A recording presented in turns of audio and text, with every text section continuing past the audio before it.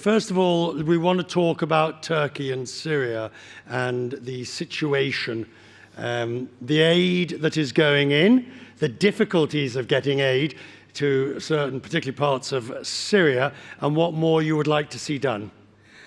My heart goes for the people in Turkey and in Syria that have been devastated by the earthquake. And you're right to focus on Syria because the country has suffered so much for so long. It is now a moment for all of us to stand by people that are devastated and to get aid to move faster, to get to those who need it. It is a responsibility of the international community to act as one. Because the way I'm reading it, the UN's going to consider lifting certain sanctions or opening certain new borders, the EU. I mean, these are meetings that will take hours, if not days, when people are dying now. But at the same time, it has to be done in a considered way. So how do you square that circle?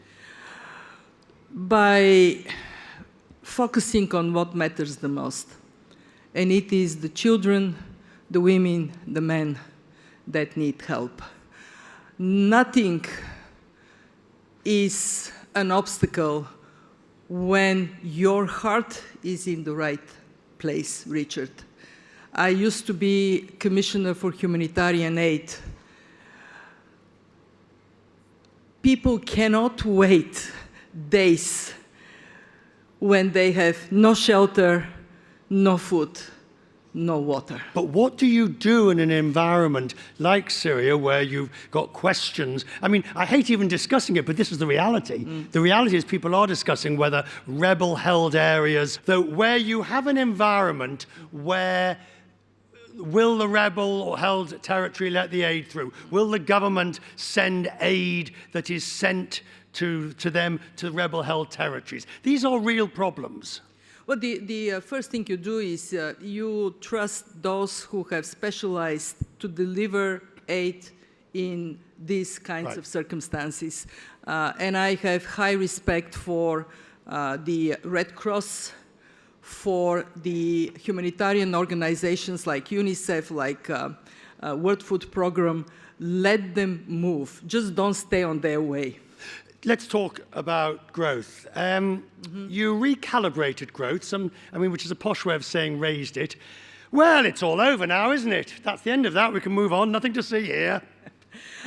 Crisis over. Richard, I'm not an English native speaker, but what we project is less bad, not good. So we are still in a difficult time. Why? Because growth this year is slowing down vis-a-vis the previous year, from 3.4% to 2.9%, and because inflation has not quite evaporated yet.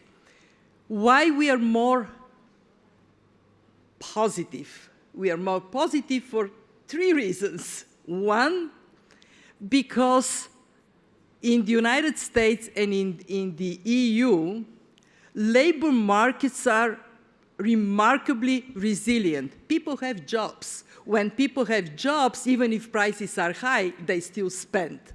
Two, China has finally opened up and their economy is perking, contributing to global growth.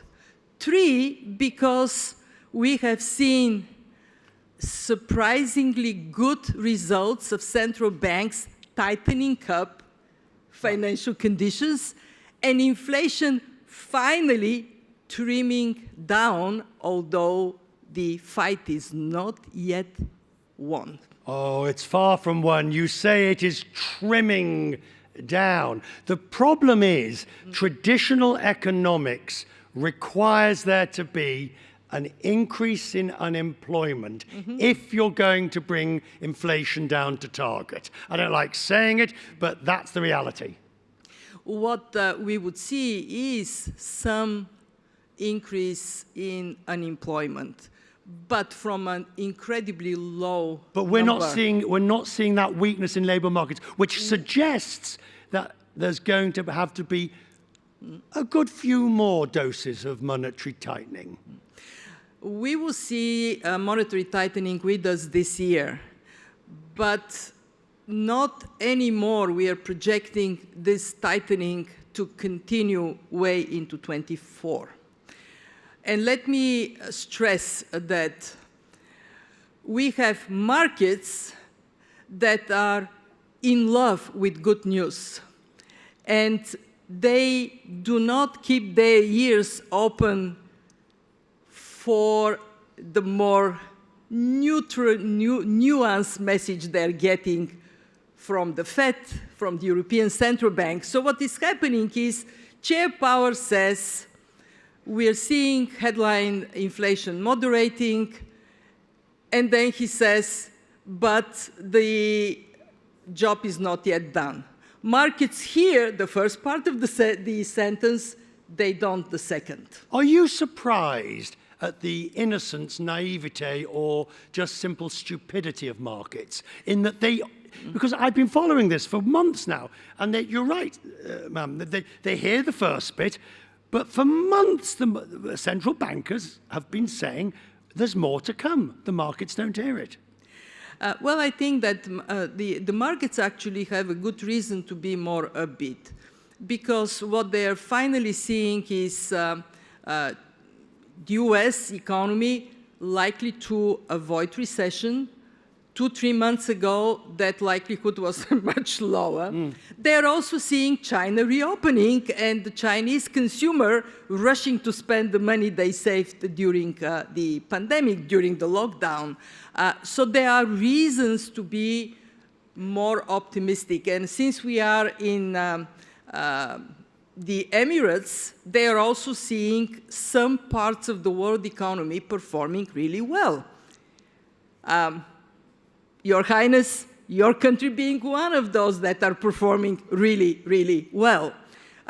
So we can express, on behalf of the whole world, we want to thank these economies like India, like the Gulf countries, for giving a good momentum. I'm afraid I need to ask you, since we have the distinguished learned leader, what do they need to do to ensure the long-term viability and sustainability of this progress? What they have been doing over the last years, which is relentless pursuit of reforms. There is this impression that the only reason the Gulf countries are doing well are high oil and gas prices.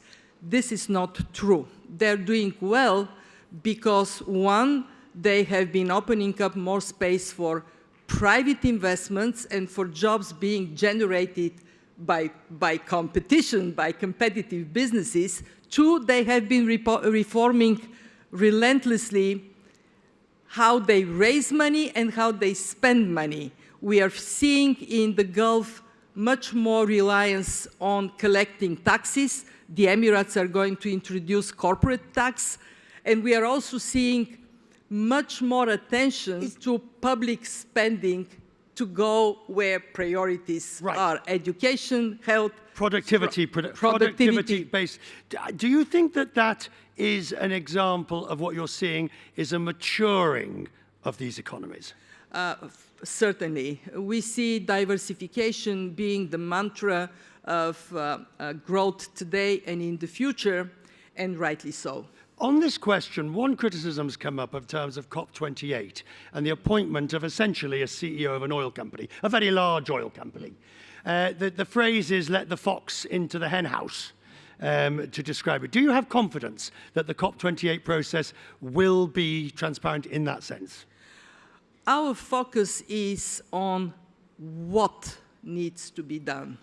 And in that sense, the objectives of the presidency are the right objectives. My job is to keep our global community together, to keep the world economy integrated.